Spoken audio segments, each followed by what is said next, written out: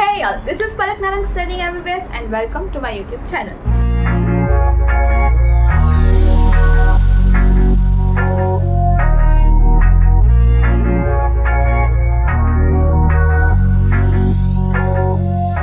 So on demand, आज मैं चालू करने वाली हूँ रेस्पिरेशन इन प्लांट्स.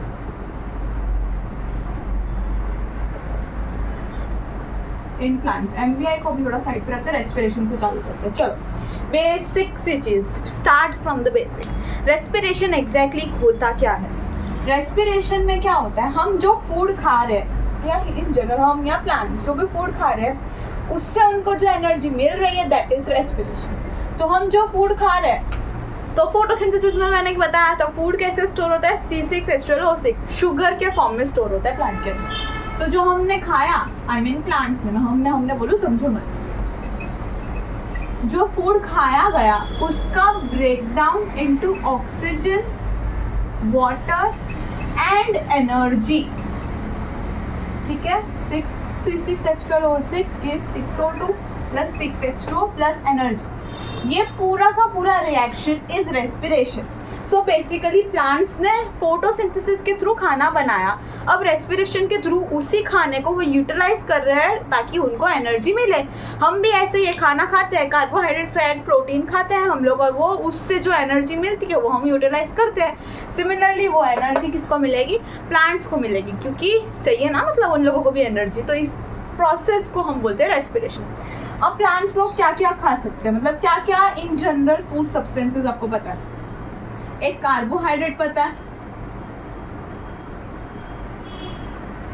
एक प्रोटीन, एक फैट पता है और एक प्रोटीन पता है. ठीक है,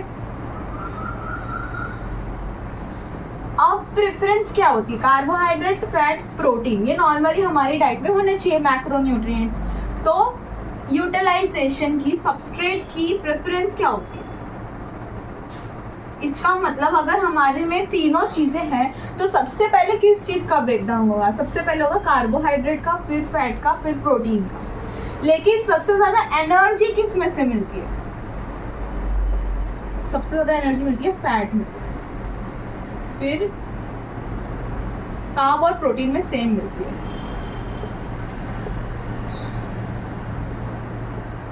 समझे? ये एनर्जी फैट में से सबसे ज्यादा मिली. सबस्ट्रेट, एज ए सबस्ट्रेट या प्रेफरेंस सबसे ज्यादा कौन होता है? कार्बोहाइड्रेट मेन प्रेफरेंस लिया जाता है. नेक्स्ट, ये जो रिएक्शन है ये ध्यान से सुनना, respiratory process is exergonic and catabolic. मतलब एनर्जी निकालेगी और ब्रेक डाउन करेगी. बट रेस्पिरेटरी पाथवे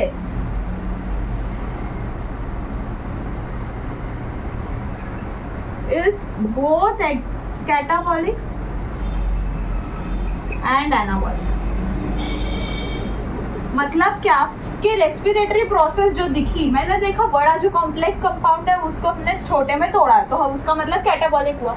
बट ये एक ही रिएक्शन नहीं होती ना, फोटोसिंथेसिस में भी क्या था, सिर्फ एक ही रिएक्शन थी? नहीं, सीरीज ऑफ रिएक्शंस थी जो हुई थी. तो सिमिलरली रेस्पिरेशन में भी हम सीरीज ऑफ रिएक्शन पढ़ेंगे, तो जरूरी नहीं है कि पूरा का पूरा ब्रेकडाउन नहीं होना चाह रहा है. कहीं ना कहीं एक दो ऐसी चीजें होगी जहाँ पे एनाबॉलिक रिएक्शन भी मिलेगा. एग्जाम्पल मैं देती हूँ. तो इसीलिए respiratory as a pathway is both anabolic and catabolic, but respiratory process is exergonic and catabolic only.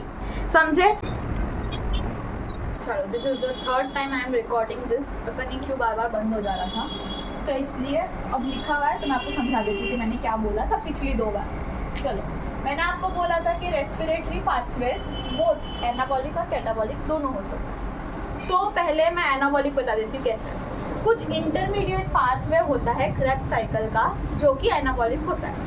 उसके अलावा अल्फा कीटोग्लूटारेट का formation into glutamic acid, oxaloacetic acid का फॉर्मेशन इनटू एस्पार्टेट और सक्सिनाइल कोएंजाइम ए का formation into chlorophyll. ये 3 ऐसी reaction है जो कि एनाबॉलिक है. अब अगर आप कर रहे हैं तो करो, नहीं करना है तो नहीं करो, पर लेकिन हाँ, ये एनाबॉलिक रिएक्शन है जिसका कोई सर पैर नहीं है, कोई प्रॉब्लम नहीं है. चलो, दूसरा होता है कैटाबॉलिक रिएक्शन। ये इंपॉर्टेंट है क्यों? क्योंकि ये पूरा का पूरा जो चैप्टर आप पढ़ रहे हो उसकी समरी है कि ये ऐसे आप पढ़ने वाले हो टुकड़ों। तो अब आपको ये ऐसे गुड न्यूज़ देनी है, गुड न्यूज़ लो, बैड न्यूज़ देनी है, बैड न्यूज़ लो, क्योंकि ये सारे जो रिएक्शन है हम डिटेल में पढ़ेंगे फर्दर चैप्टर्स के अंदर। सबसे पहले रेस्पिरेशन में हमने क्या किया, हम लोग ने सबसे पहला जो रिएक्शन लिखा था उसमें ग्लूकोज लिया था। ऑब्वियसली उस ग्लूकोज का हमको ब्रेक डाउन करना था into carbon dioxide and water, इतना तो हमें पता है। तो वो जो ग्लूकोज है उसका ब्रेक डाउन डायरेक्टली नहीं होता, वो सीरीज ऑफ रिएक्शंस होती है। तो वो सीरीज ऑफ रिएक्शंस ये है, ग्लूकोज का कन्वर्जन इनटू पायरुविक एसिड होता है सबसे पहले। इस रिएक्शन को या इस प्रोसेस को बोलते हैं ग्लाइकोलाइसिस। ग्लाइकोलाइसिस में 3 चीज़ें आपको याद रखने की ज़रूरत है। सबसे पहला क्या है कि ये साइटोप्लाज्म के अंदर होती है, कोई भी सेल का साइटोप्लाज्म उसके अंदर होती है ग्लाइकोलाइसिस की प्रोसेस। दूसरी चीज़ के इसमें एनर्जी बनती है। ऑब्वियसली हमको रेस्पिरेशन इसीलिए तो हम कर रहे हैं क्योंकि हमें एनर्जी चाहिए। इसमें क्या बनता है, ATP और NADH। NADH अलग है, NADPH अलग है। NADPH was used in photosynthesis, NADH respiration का, दोनों को मिक्स मत करना। और ATP तो एनर्जी है, सबको पता है। तीसरी चीज़ है कि ये एरोबिक और एनएरोबिक रेस्पिरेशन दोनों के अंदर होता है ग्लाइकोलाइसिस। अब देखो, एरोबिक रेस्पिरेशन जो है वो ऑक्सीजन की प्रेजेंस में होता है, एनारोबिक रेस्पिरेशन जो है वो ऑक्सीजन की एब्सेंस में होता है। पर लेकिन लॉजिक के हिसाब से देखें तो एरोबिक और एनारोबिक रेस्पिरेशन दोनों ही अलग अलग रिएक्शन होने चाहिए ना। एक के पास ऑक्सीजन है तो वो उसको यूटिलाइज करेगा, एक के पास नहीं है ऑक्सीजन तो वो कुछ और रिएक्शन करेगा, जो कि ऐसा सही है, ऐसा ही होता है। पर लेकिन दोनों की जो इनिशियल रिएक्शन होती है वो ग्लाइकोलाइसिस होती है। ग्लाइकोलाइसिस के बाद दोनों अपने अपने वेज अलग अलग ले लेते हैं। तो ग्लाइकोलाइसिस किसके अंदर होगी, aerobic as well as anaerobic respiration के अंदर होगी ग्लाइकोलाइसिस। अभी हमारे पास बन गया पायरुविक एसिड। पायरुविक एसिड से बनता है हमारे पास एसिटाइल कोएंजाइम A, जिसको हम बोलते हैं लिंक रिएक्शन। जो दो बड़े रिएक्शन को लिंक कर रहा है उसको हम लिंक रिएक्शन बोलते हैं। इसमें भी बनेगी एनर्जी, क्योंकि ऑब्वियसली हमें एनर्जी चाहिए, ATP बनेगा। तीसरी रिएक्शन है Krebs cycle. Krebs cycle acetyl, ये भी डिटेल में पूरी साइकिल करेंगे। जो एसिटाइल कोएंजाइम A है उसकी पूरी साइकिल होती है और अल्टीमेटली निकलता है कार्बन डाइऑक्साइड NH2, जो हमारे रिएक्शन में लास्ट जो प्रोडक्ट्स बने थे वो था। इसमें भी ATP की जगह एक्चुअली GTP बनता है। ओके, तो ATP is adenosine triphosphate, GTP is guanosine triphosphate. इसका अब 2 मिनट रुक जाओ, आपको समझ में आएगा मैं क्या बोल रहा हूँ। तो guanosine triphosphate is also an energy, वो बनता है। उसके अलावा FADH2 बनता है विच इज NADH का भाई, और NADH बनता है एज एन एनर्जी। तो ये पूरा का पूरा समरी है आपका पूरा रेस्पिरेशन के रिएक्शन की। इसी प्रोसेस में, इसी सीक्वेंस में हम जाएंगे। चलो हम ATP को पढ़ते हैं। ये मैं आपको MBA में भी पढ़ा चुकी हूँ इनिशियल लेक्चर में। क्या होता है देखो, एक नाइट्रोजनस बेस जो कि है एडिनिन, वो बॉन्ड बनाता है शुगर के साथ, ठीक है। इस पूरे को हम लोग क्या बोलते हैं, न्यूक्लियोसाइड बोलते हैं। और इस न्यूक्लियोसाइड का नाम है एडिनोसिन। क्यों? क्योंकि इसमें एडिनिन हमने as a nitrogenous base use किया। अगर इस शुगर के साथ मैं एक फॉस्फेट को जोड़ दूं तो ये जो पूरा का पूरा है ये बन जाता है न्यूक्लियोटाइड। इसका नाम है एडिनोसिन मोनोफॉस्फेट। कोई भी प्रॉब्लम नहीं। Adenosine monophosphate. एक और फॉस्फेट जोड़ दिया, एडिनोसिन डाइफॉस्फेट। एक और फॉस्फेट जोड़ दिया, एडिनोसिन ट्राइफॉस्फेट। एडिनिन की जगह मैंने गुआनिन रख दिया तो गुआनोसिन ट्राइफॉस्फेट।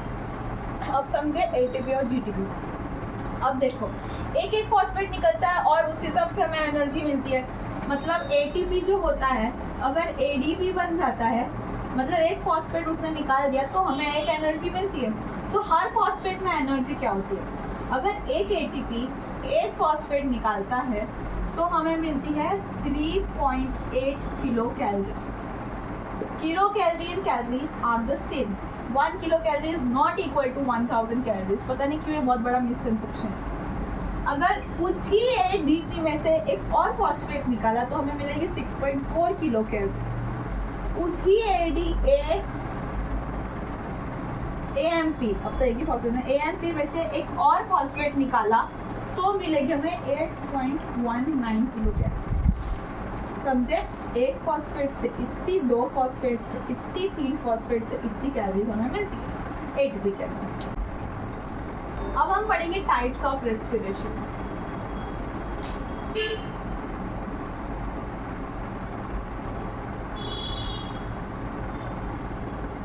अब टाइप्स ऑफ रेस्पिरेशन में दो डिवीजन हम करेंगे। एक तो हम करेंगे on the basis of substrate, OTB on the basis of respiratory substrate.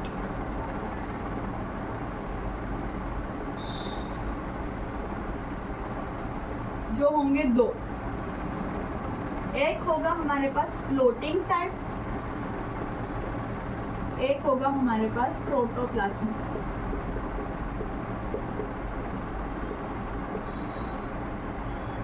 अब लॉजिकली ये समझ में आ रहा है कि सबस्ट्रेट कौन सा हम लोग ने चूज किया, उस हिसाब से एक टाइप का रेस्पिरेशन होगा। अगर मैंने सबस्ट्रेट चूज किया कार्बोहाइड्रेट, या चूज किया मैंने फैट, तो उसको फ्लोटिंग टाइप ऑफ रेस्पिरेशन बोलेंगे। अगर मैंने प्रोटीन चूज किया, P फॉर P, तो उसको हम प्रोटोप्लाज्मिक रेस्पिरेशन करेंगे। सिंपल, कुछ दिमाग नहीं लगाना इसमें। अब आगे मैं आपको बोलती हूँ दो टाइप के respiration on the basis of O2। एक होता है एरोबिक और एक होता है एनएरोबिक।